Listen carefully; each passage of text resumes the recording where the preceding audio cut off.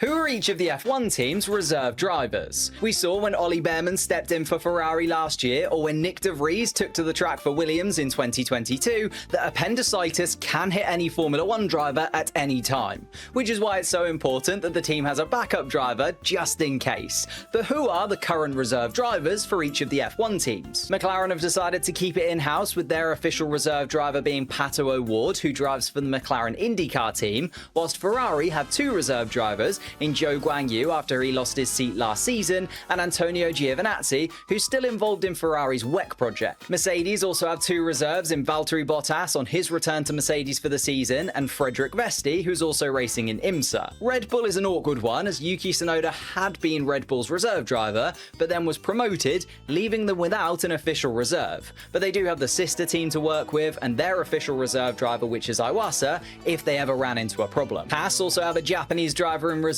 with Toyota driver Ryo Hirakawa. Williams are in a similar situation to Red Bull in that they don't have a dedicated 2025 F1 reserve driver, but they could use one of the Mercedes reserves as part of their engine supply deal. And even though Aston Martin could do the same, they have their own reserve drivers in Felipe Drugovich and Stoffel van Dorn, which leaves Alpine, who have the most reserve drivers on their books, with three in Jack Doohan, Paul Aaron, and Kush Miney available if one of their drivers was unable to race, which leaves Sauber, who don't have a reserve driver as part of their team, but have used Paul Aaron to fulfill their rookie requirement this season, so we'd likely ask him.